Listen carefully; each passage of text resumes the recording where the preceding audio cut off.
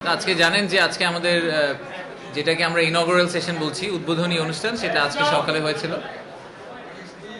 সেই অনুষ্ঠানটাতে প্রধান উপদেষ্টা প্রধান অতিথি হিসেবে ছিলেন, আপনারা এটাও দেখেছেন। তো আমি প্রথমেই ক্ষমা চেয়ে নিচ্ছি আবারও। মানে ফরচুনেটলি আমাদের যেটা সমস্যা হয়েছে সেটা হচ্ছে যে আমাদের যে ইউজুয়াল প্রোগ্রামের টার্ন আউট রেট থাকে 85%, 90% বেস্ট কেসে, কিন্তু আজকে আসলে যেটা হয়েছে সেটা হচ্ছে এত বেশি মানুষ এসে উপস্থিত হয়েছেন, অলমোস্ট যাদেরকে দাওয়াত দেওয়া হয়েছিল সবাই চলে এসেছেন। তো আমরা সবাইকে এক এক পর্যায়ে গিয়ে অ্যাকোমোডেটও করতে পারিনি। তো আমাদের একটা ফ্লো ওভার রুম ছিল যেখানে লাইভ স্ক্রিন দেওয়া ছিল, ওখানে আমাদের কিছু গেস্টকে জায়গা দিতে হয়েছে। বাট আমি এটাকে আবার একটু পজিটিভলিও দেখি যে আমাদের এই পুরো প্রোগ্রামটার ব্যাপারে প্রচণ্ড আগ্রহ, অনেকের আগ্রহ ছিল। অনেকে আমি দেখেছি, আমার আজকে রাস্তায় দেখা হয়েছে ইন্টারকন্টিনেন্টালের মাঝখানে রিসেপশন এরিয়াতে বিভিন্ন জায়গায় অনেক নতুন উদ্যোক্তা, ওনারা আনফর্চুনেটলি টিকিট পাননি, কিন্তু ওনারা তারপরেও এসেছেন, রেজিস্ট্রেশন করতে পারেননি, এসেছেন জাস্ট যদি কিছু ইনভেস্টারের সাথে পরিচয় হয়, দেখা হয়, এগুলো করার জন্য। সো সব মিলিয়ে আমার মনে হয় যে সকালের প্রোগ্রামটার অনেক স্বতঃস্ফূর্ত অংশগ্রহণ ছিল সবার মধ্য থেকে। আমি ইনফ্যাক্ট আপনাদের যদি কোনো ফিডব্যাক থাকে বা আপনাদের মনে হয় যে এটা ভালো হয়েছে, এটা ভালো হয়নি, আমি অ্যাকচুয়ালি কিন টু হিয়ার দ্যাট। আর আজকে আমাদের সারাদিনের যেই শিডিউল সেটা আমি একটু জাস্ট কুইকলি রান ডাউন করি। ওটার পরে আমাদের প্রধান উপদেষ্টা আমাদের যে নতুন উদ্যোক্তারা আছেন তাদের সাথে একটা ইউথ অন্টারপ্রেনারশিপ এক্সিবিশন ছিল, যে ইউএনডিপির এবং গ্রামীণ ফোন টেলিনরের সময় কাটিয়েছেন। কিছু উদ্যোক্তাদের কাছ থেকে তারা কি বিজনেস করছে সেগুলো শুনেছেন, সেখানে একটু ছোট্ট করে বক্তৃতা দিয়েছেন। আর তারপরে উনি চলে যাওয়ার পরে আমরা অনেকগুলো আজকে বাইল্যাটারাল মিটিং দেখেছি। তো আমাদের বেশ কিছু উপদেষ্টা আজকে সারাদিন এখানেই ছিলেন। আমাদের কমার্স অ্যাডভাইজার, যিনি সেন্ট্রাল ব্যাংকের গভর্নর, এরকম বেশ কিছু সিনিয়র অফিসিয়াল, এনবিআর এর চেয়ারম্যান, এরকম অনেকেই আজকে সারাদিন এখানে ছিলেন। ওনাদের সাথে ইনভেস্টারদের আমরা বেশ কিছু মিটিং সেট আপ করেছিলাম। ইনভেস্টাররা লাস্ট 2 সপ্তাহ ধরে অনেক মিটিং রিকোয়েস্ট করেছে, ডিফারেন্ট স্লট দিয়ে দেওয়া হয়েছিল। বিভিন্ন মিনিস্ট্রির লোকজনও ছিলেন, মিনিস্ট্রি অফ এনভায়রনমেন্ট থেকে ছিলেন, এনার্জি থেকে ছিলেন, যেগুলো কি মিনিস্ট্রি সেই মিনিস্ট্রিগুলো থেকে ছিলেন। তো সেই মিনিস্ট্রির সাথেও আমরা তাদেরকে মিটিংয়ের অ্যারেঞ্জমেন্ট করে দিয়েছিলাম। তো সারাদিন তারা বিভিন্ন মিটিং টিটিং করেছেন এবং তাদেরকে আমরা যে 360 ভিউটা দেওয়ার চেষ্টা করেছি, সেটাই ছিল আমাদের মূল উদ্দেশ্য এই মিটিংগুলো সেট আপ করার জন্য। আমাদের আজকে প্রধান উপদেষ্টার কার্যালয়ের ওখানে আমাদের প্যারালালি বেশ কিছু প্রোগ্রাম চলেছে। সো প্রধান উপদেষ্টা ফেরত যাওয়ার পরে ওনার সাথে আমাদের ইউকের যে ট্রেড টিমটা এসেছিল তাদের সাথে মিটিং ছিল। এরপরে জারার বা ইন্ডিটেক্সের যে সিইও ছিলেন, তো জারার ফুল ম্যানেজমেন্ট টিম, ইনফ্যাক্ট ইন্ডিটেক্সের ফুল ম্যানেজমেন্ট টিম এখন বাংলাদেশে, তো ওনারা গিয়েছিলেন দেখা করতে। আর তারপরে হোলসিমের যে এশিয়ার হেড এসেছেন, উনি গিয়েছিলেন দেখা করতে।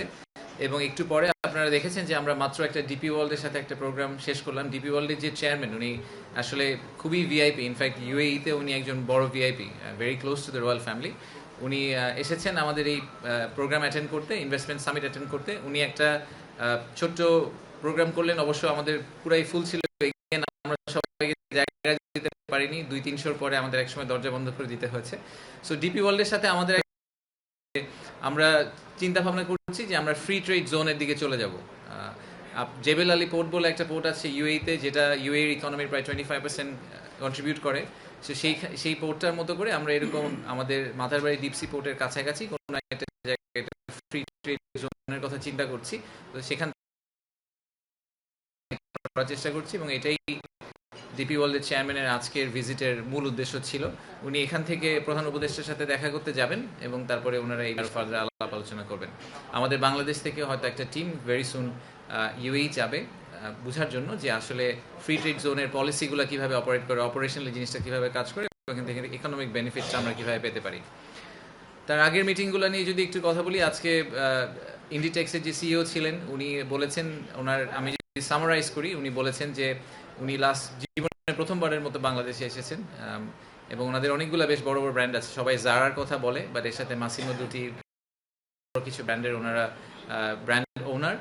তো ওনার ভিউ হচ্ছে যে বাংলাদেশে না আসলে আসলে ওনার বাংলাদেশ সম্বন্ধে এই আইডিয়াটা কখনোই তৈরি হতো না। এবং ইন্ডিটেক্সের গল্পটা আসলে বাংলাদেশের গল্পের মতো, কারণ ওনারা বাংলাদেশে শুধু কিন্তু ব্যবসা করতে আসেন, ওনারা গতকালকে এশিয়ান ইউনিভার্সিটি অফ ওমেন, ওখানে ওনারা করেছেন 50 জন ফিমেল ওয়ার্কারের জন্য। সো ওনারা জেনুইনলি ফিল করেন যে ওনারা বাংলাদেশের আইডেন্টিটির পার্ট এবং ওনারা চেষ্টা করবেন যে বাংলাদেশের সাথে এই রিলেশনশিপটা আরও ডিপেন্ড করতে। তো আমরা জিজ্ঞেস করছি যে আর কী করতে পারি আমরা ওনাদেরকে আরও বেশি করে বাংলাদেশ থেকে সাপ্লাই নেওয়ার জন্য, এইসব ব্যাপারে আমাদের কিছু কথাবার্তা হয়েছে। ইউকের যে ট্রেড ডিলও ওনারাও ডিফারেন্ট টপিক নিয়ে কথা বলেছেন। আপনারা দেখেছেন যে ওনাদের যে ব্যারনেস রোজি উইন্টারটন উনি আজকে আমাদের উদ্বোধনী অনুষ্ঠানে বক্তৃতা রেখেছিলেন। তো সেই বক্তৃতার পরিপ্রেক্ষিতে আমরা দেখতে পেলাম যে ওনাদের একটা whole hearted support for interim government, এবং বাংলাদেশে যে 2035-এর কথা আমরা আজকে যে ন্যারেটিভটা সেট করার চেষ্টা করেছি যে আমাদের ভিশনটা কি, সেই ভিশনটাকে সাপোর্ট করার জন্য ওনাদের ফুল সাপোর্ট, ওনাদের ফুল সাপোর্টটা আমাদেরকে দিবেন। সেটা ট্রান্সপোর্টেশন ইন্ডাস্ট্রি হোক, এডুকেশন হোক, হেলথ কেয়ার হোক। আজকে চিফ অ্যাডভাইজারের সাথে যখন কথা হয়েছে তখন মেইনলি আমরা আসলে এডুকেশন এবং হেলথ কেয়ার নিয়ে অনেক কথা বলে, সো আমরা চেষ্টা করছি ওই জায়গাটায় ইউকের সাথে কোনো ধরনের কোলাবোরেশনে যাওয়া যায় কিনা। এর সাথে যেটা বললাম যে লাফার্জ হোলসিমের আমাদের একটা বড় ইনভেস্টমেন্ট আসার সম্ভাবনা আছে, সেটা নিয়ে আমরা ওনাদের সাথে কাজ করছি। ওনাদের বেশ কিছু সমস্যা ওনারা ফেস করেছেন বিদেশি ইনভেস্টর হিসাবে। আমি প্রতি প্রেস কনফারেন্স এসে আপনাদেরকে নতুন একটা গল্প বলি যে বিদেশি ইনভেস্টরদেরকে কীভাবে আমরা ঠিকভাবে ট্রিট করতে পারিনি। তো এই ক্ষেত্রেও আসলে আমাদের এরকম একটা সিচুয়েশন তৈরি হওয়ার সম্ভাবনা ছিল, আমরা চেষ্টা করছি সিচুয়েশনটাকে অ্যাভয়েড করার জন্য। আর সকালের প্রোগ্রামে আপনারা দেখেছেন যে আমরা পাঁচটি সংস্থা বা ইন্ডিভিজুয়ালকে আজকে অনার করেছি। তার মধ্যে 4টি সংস্থা যারা প্রাইজ পেয়েছেন বিনিয়োগ উন্নয়ন কর্তৃপক্ষ থেকে। এটা আমরা প্রথমবারের মতো করলাম। আমরা ইন্টারন্যাশনাল একটা এক্সেলেন্স ইন ইনভেস্টমেন্ট অ্যাওয়ার্ড যেটা দেওয়া শুরু করলাম। আমরা চেষ্টা করবো এটা প্রতি বছর কন্টিনিউ করার জন্য। তো আমাদের যে ফ্যাব্রিক লাগবে, যারা ইনোভেশনে পেয়েছেন, লোকাল ইনভেস্টর, স্কোয়ার ফার্মাসিউটিক্যাল, ইএসজির জন্য পেয়েছেন ওয়ালটন, এবং বিদেশি ইনভেস্টর ফরেন ইনভেস্টর ক্যাটাগরিতে পেয়েছেন বিকাশ। তো এটা বাংলাদেশি কোম্পানি তাহলে ফরেন ইনভেস্টর ক্যাটাগরিতে কেন পেলেন? তাদেরকে আমাদের ফরেন ইনভেস্টর ক্যাটাগরির যে ক্রাইটেরিয়াটা ছিল সেটা হচ্ছে যে মেজরিটি শেয়ার হোল্ডিং যদি বিদেশি হয়, 50%-এর বেশি শেয়ার হোল্ডিং যদি বিদেশি হয়, তাদেরকে আমরা একটা ফরেন ইনভেস্টর কোম্পানি বলছি।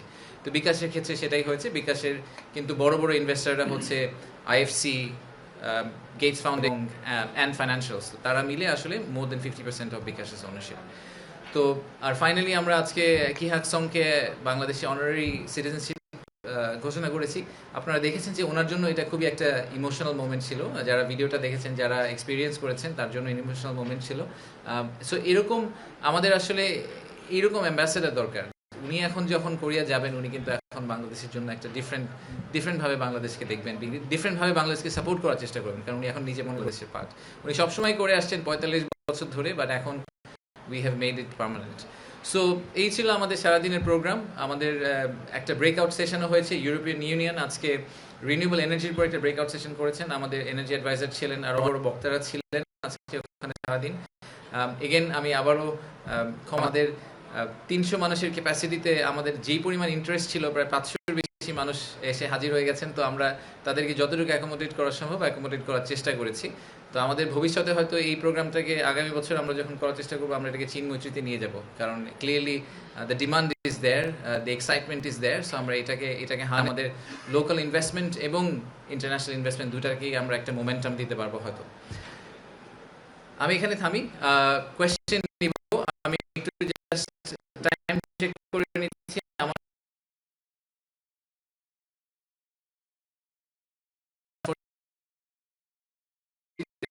বাংলাদেশকে ভালোবাসতে হলে বাংলাদেশের পার্সোনালিটিকে ভালোবাসতে হবে। একটা বাংলাদেশি এমপ্লয়ি অথবা বাংলাদেশি পার্টনার, তার যে ওভারঅল লাইফস্টাইল, তার টেস্ট, তার কালচার, এই জিনিসগুলোকে আমাদের ইনভেস্টরদের সামনে তুলে ধরতে হবে। তো সেটা নিয়ে আজকে সন্ধ্যায় একটা এক্সক্লুসিভ প্রোগ্রাম হচ্ছে ইনভেস্টরদের জন্য। সেটা সন্ধ্যা 7:30টায় শুরু হবে। সেই কারণে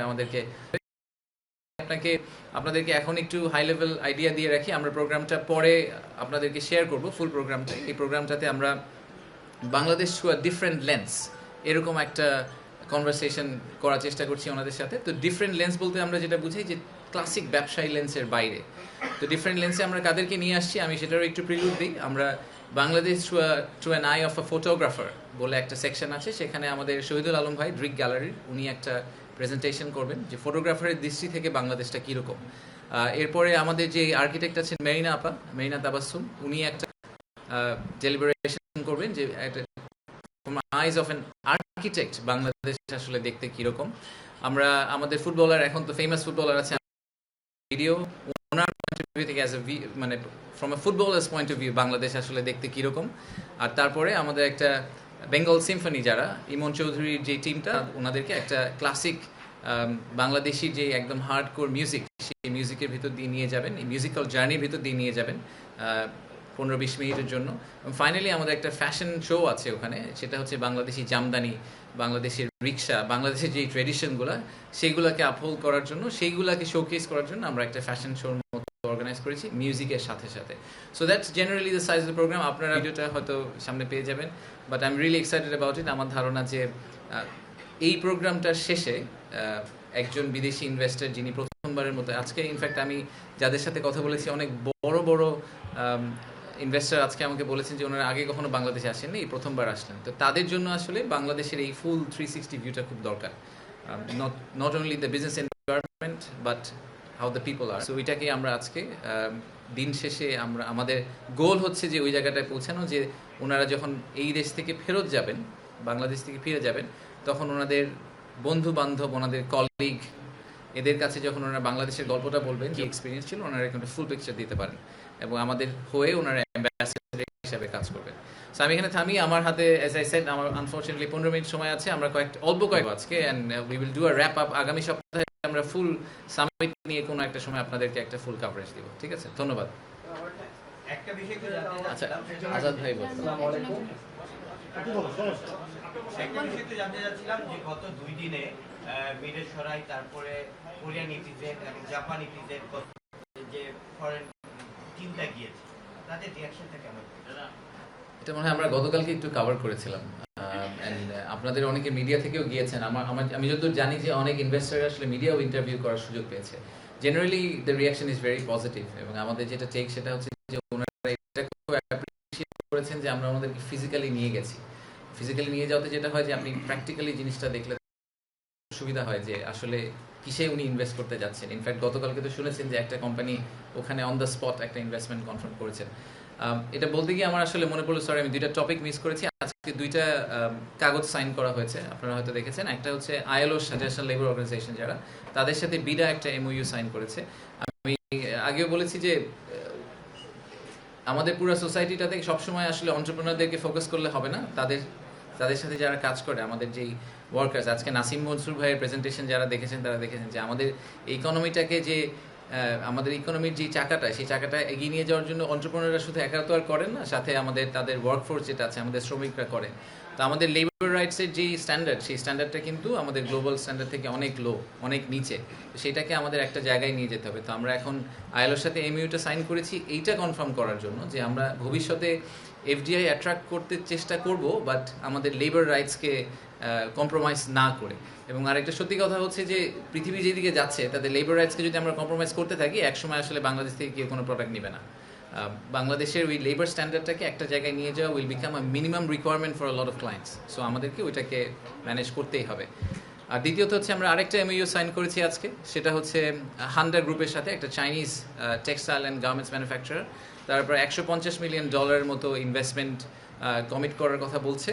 তো তাদেরকে আমরা, এবং সেই ইনভেস্টমেন্টটা যদি বাংলাদেশে ফলো থ্রু করে আগামী 1 থেকে 2 বছরের মধ্যে, তাহলে প্রায় 15,000 নতুন কর্মসংস্থান সৃষ্টি হবে। তো তাদেরকে আমরা বিভিন্ন জায়গায় জমি অ্যালোকেট করার চেষ্টা করছি, কারণ তারা একদম এন্ড টু এন্ড একটা সলিউশন নিয়ে আসছে, একদম ওভেন থেকে শুরু করে all the way down to garment manufacturing.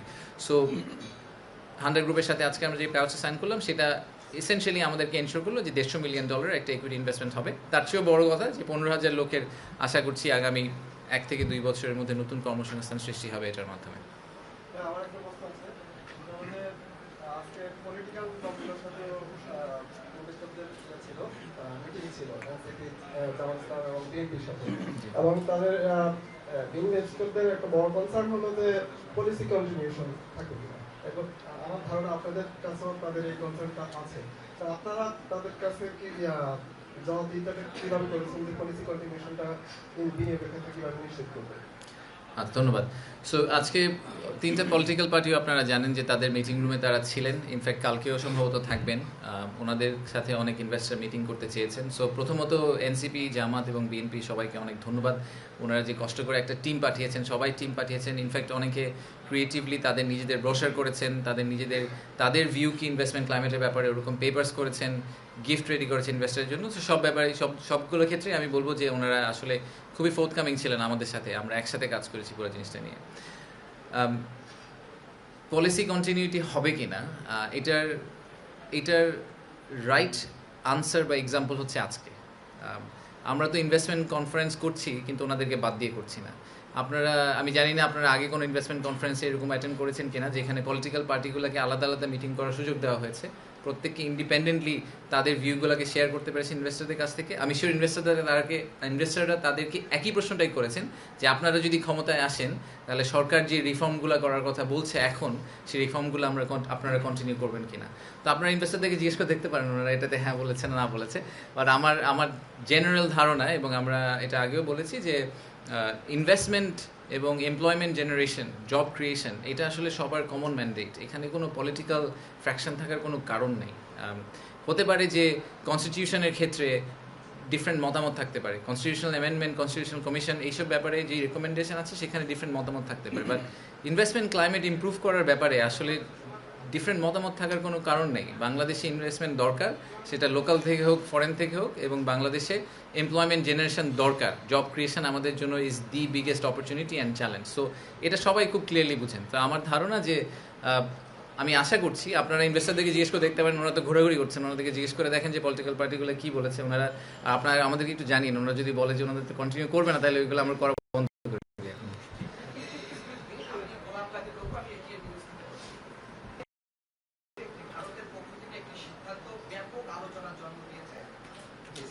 আমি গোলাম কাদের রঘু বলছি এটিএন নিউজ থেকে। যে আপনি হয়তো শুনে থাকবেন যে কিছুক্ষণ আগে ভারতের একটি সিদ্ধান্ত বাংলাদেশ এবং ভারতের মধ্যে ব্যাপক আলোচনার জন্ম দিয়েছে।